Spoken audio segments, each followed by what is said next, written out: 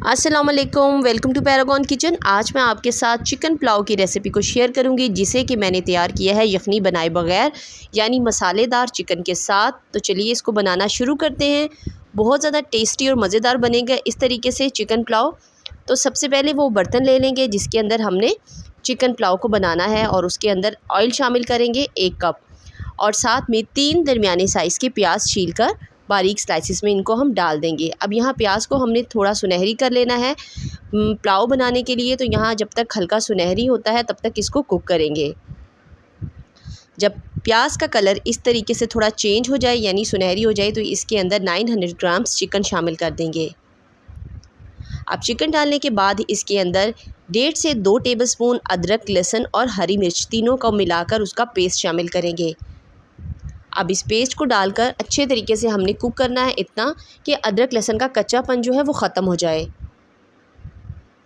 और चिकन की अच्छे तरीके से हमने इसी स्टेज पे भुनाई कर लेनी है।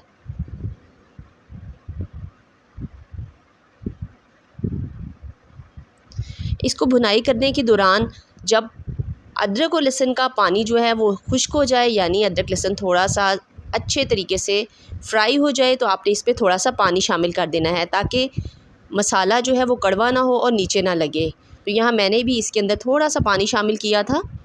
और उसके बाद यहाँ इसमें कुछ खड़े मसाले डालेंगे, जिसमें 3 से 4 इलायचियाँ, जावित्री का फूल, 2 अदद ब्लैक इलायची, और साथ में कुटा हुआ ज़ीरा है इसके अंदर, और 2 से 3 दालचीनी की स्टिक्स हैं।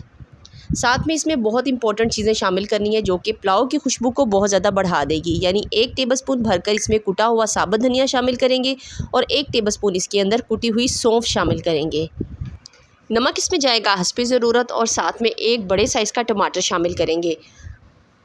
अब इन सभी चीज़ों को डालकर चिकन की अगेन दोबारा से हम इसमें भुनाई करेंगे बहुत अच्छे तरीके के साथ, ताकि टमाटर की स्किन जो है वो थोड़ी सी सॉफ्ट हो जाए। तो फिर हम इसके अंदर से स्किन को हटा देंगे और टमाटर अच्छी तरह से घुल जाएगा। अब यहाँ टमाटर की स्किन जो है ना वो तो उतरना शुरू हो गई थी, लेकिन टमाटर नहीं घुल रहा था, तो मैंने टमाटर को निकाल कर इसका पेस्ट बनाकर इसमें शामिल कर दिया था। अब साथ में इसके अंदर डालेंगे पानी, और पानी यहाँ पे मैंने 4 से 5 गिलास पानी इसके अंदर शामिल किया है।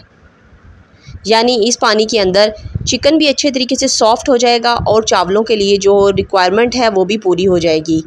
तो यहाँ इसको अभी हमने कुक होने के लिए रख देना है, यानी कवर करके रखेंगे अच्छे तरीके से, जब तक कि सारे मसालों का पूरी तरह से फ्लेवर जो है वो स्टॉक बनकर तैयार हो जाए। तो 7 से 8 मिनट के लिए मैंने इसको कवर करके रख दिया था, और इतने टाइम के अंदर बहुत अच्छे तरीके से चिकन भी जो है वो सॉफ़्ट हो चुका है।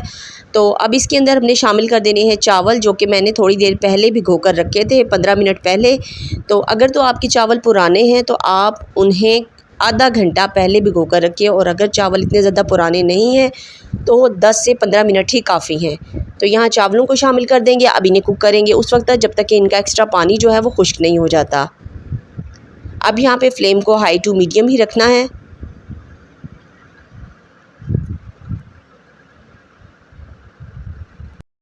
पाँच से 7 मिनट के अंदर चावलों का जो एक्स्ट्रा पानी है वो तकरीबन 80 से 90% तक खुश्क हो चुका है। अब जो 10% है वो दम के अंदर मुकम्मल हो जाएगा, और आखिर में इसके ऊपर थोड़ा सा डाल देंगे हरा धनिया और पुदीना, और थोड़ी सी तली हुई प्याज। और प्याज को मैं हमेशा फ्राई करके पहले से रखती हूँ फ्रीज़र में, तो आप इसके ऊपर स्प्रेड करें, इसका बहुत अच्छा सा फ्लेवर आता है पुलाव के अंदर।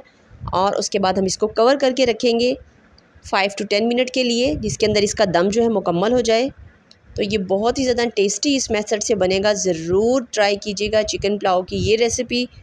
वीडियो पसंद आई है तो थम्स अप प्लीज़ ज़रूर कर दिया करें। टिल देन नेक्स्ट वीडियो, अल्लाह हाफिज़।